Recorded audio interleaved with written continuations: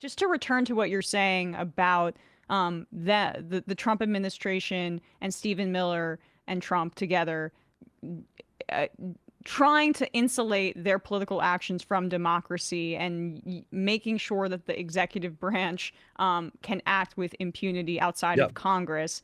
It Stephen Steve Bannon is just saying it here. Yeah. This clip made the rounds this morning. This is from yesterday, but let's just take a listen to Steve Bannon outright saying that Trump will be president in 2028, and we're going to disavow, or we're disinterested in the Constitution on this front. We're going to try to circumvent the 22nd Amendment. You don't need to hear me say it. This is what Steve Bannon said. Well, he's going to get a third term. So Trump 28, Trump is going to be president in 28, and people just ought to get accommodated with that. So what about the 22nd Amendment? There's many different alternatives. At the appropriate time, we'll lay out what the plan is, but there's a plan, and President Trump will be the president in 28. We had longer odds in 16 and longer odds in 24 than we got in 28. And President Trump will be the president of the United States, and the country needs him to be president of the United States. We have to finish what we started. And the way we finish it through Trump. Trump is a vehicle. I know this will drive you guys crazy, but he's a vehicle of divine providence. He's going to basically say he's the closest thing to a god, and that's why all our evangelical supporters treat him like one. I mean, so I don't even really know fully what to say about this, except okay, like Bannon is not in the administration. Yeah, I mean, Bannon is. But they talk apparently every day, and he clearly has Trump's ear on many things. Right. To me, Bannon's big, to me, Bannon's use in understanding the world is that he is kind of a visionary of MAGA, I would say. And I would say, even I think about a couple years ago when he was at CPAC talking about how, how he thinks that this ends with, physical troops on the ground in America expanding its kind of reach. Like, we're seeing those steps happen too, right? Like, there are ways that Steve Bannon is often a signposter of the future.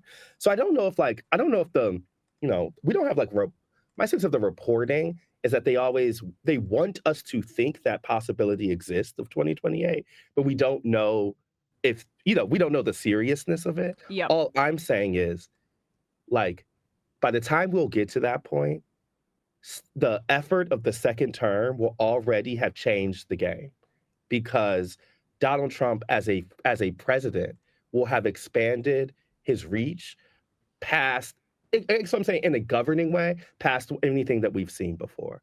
And so I think they're going to use those expansions of power to justify any type of political possibility going forward. And I'm saying that's what connects the domestic actions and the actions abroad.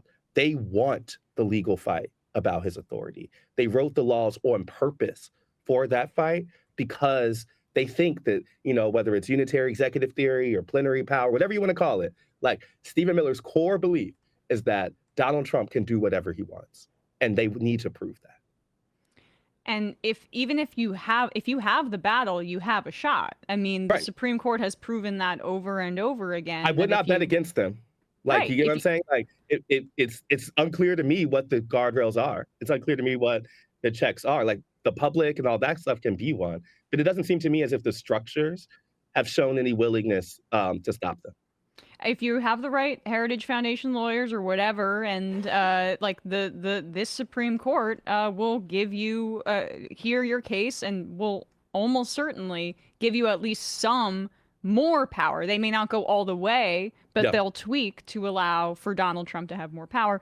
And that just, I guess, brings me to ICE. And you spoke about how unpopular these ICE raids are. The impact on these communities, I feel like, can't be overstated. What we're seeing, just terrorizing communities that are usually in urban areas. They're usually black or brown or poorer. These are communities that were already over-policed by local police. And it occurs to me that this is very much, it doesn't occur to me, I've been making this point a bunch, but this is like the federalization of broken windows policing and decades of it that we've been seeing across the country, from, you know, targeting people because of loose gang associations and putting Yep. them into databases that they can't get out of without due process. It's very similar in like what they're doing with immigrants. And you don't need to prove criminality. You don't Yep. necessarily need to prove that anything has been done wrong. We're just going to round you up and put you in the system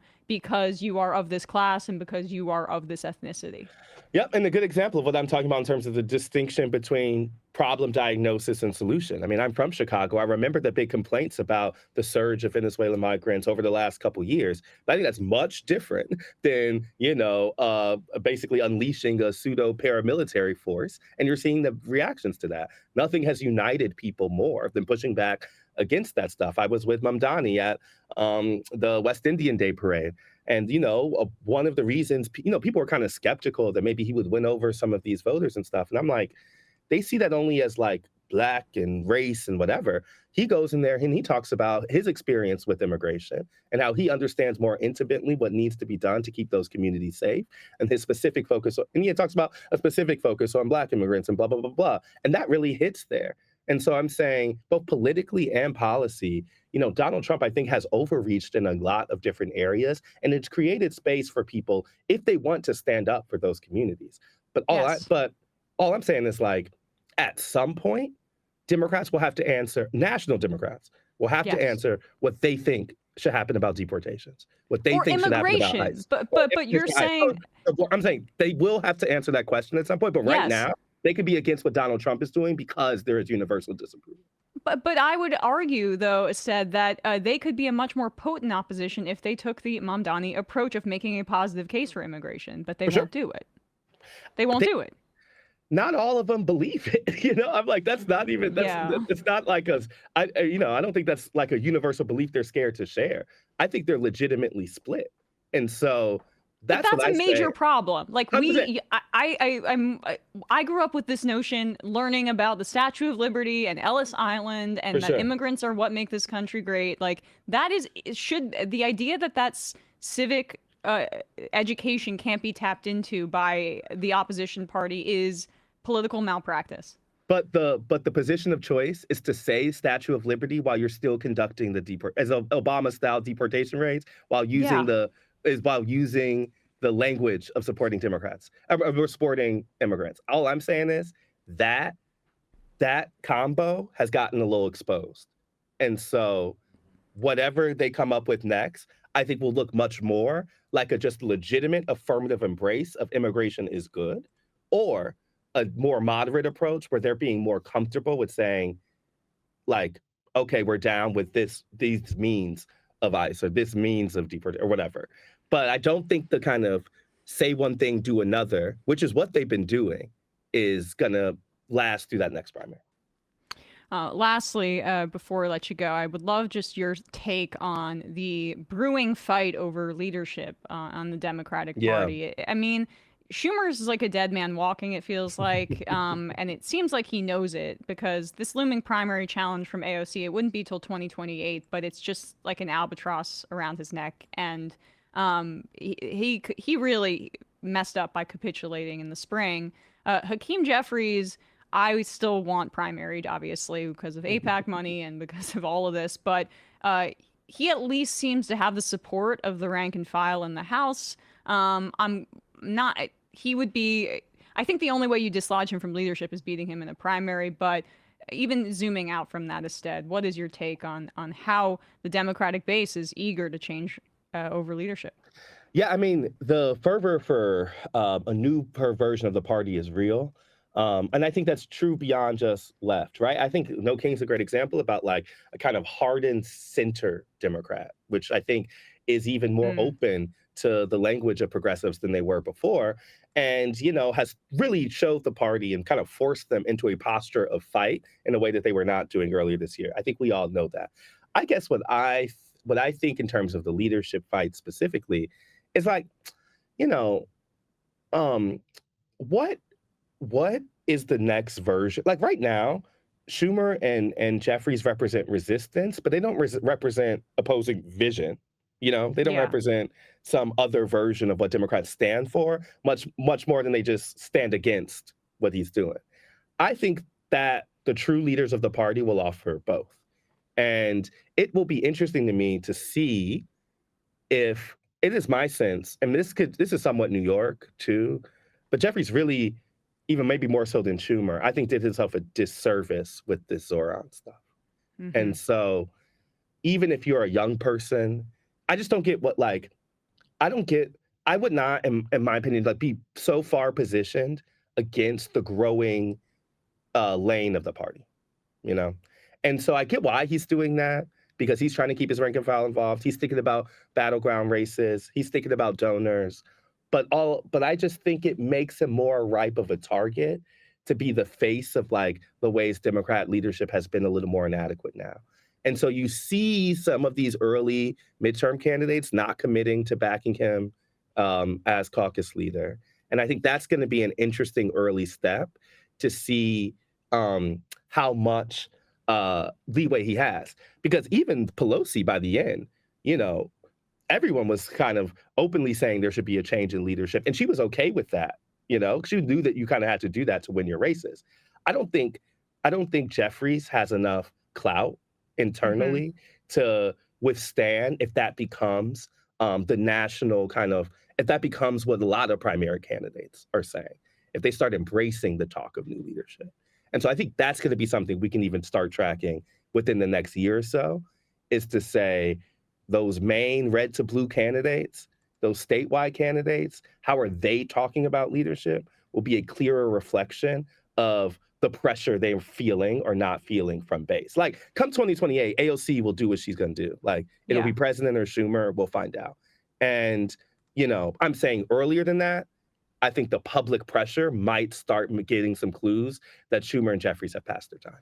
And there's also this fight in Schumer's involvement and Gillibrand as the head of the DSCC in Maine too. Maine, Grand Platinum, but it's not just Maine; it's also Michigan, where they're putting up Haley Stevens because of who's just like openly courting AIPAC money and is probably, I don't know, I haven't looked at the polls, but might be lagging behind McMorrow at this point. Like the candidates that they are pushing to Schumer and Gillibrand and the DSCC are actively against the base's wishes, which I think accelerates what you're talking about. Absolutely. I think they're so used to leaning on electability and just telling people it has to be somebody, and it's not gonna work like that anymore. And so that's not to say that, you know, a more moderate candidate can't win, but they would have to win more so than the party, I think, can impose them, just you know, force them to the front. And so you get what I'm saying? Like, I think I do, because Zoran has proven if you can prove you're electable as a left-wing Democrat, that's part of what the momentum you create. Like, people want to be associated with a winner, and the Democrats have done a great job for years of basically saying a Bernie-style populist politic could never win. No. But that illusion's shattered, and that is why they're falling apart. And it's shattering even without it being left. I'm saying someone like Jasmine Crockett would not be, I would consider, a leftist, but would totally break the rules by running and messing up that Texas Senate race, or there's going to be some ways that stardom has shifted, and that the desire for the base Democrats to want a clear expression of fight or a clear expression of lefty values or whatever, like the fact that Seth Moulton is announcing he's not taking AIPAC money is the sign. You know what I'm saying? That means the median has shifted, you know?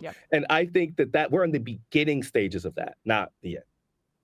Well, Seth Herndon, I could talk to you for even longer, but I got to let you go.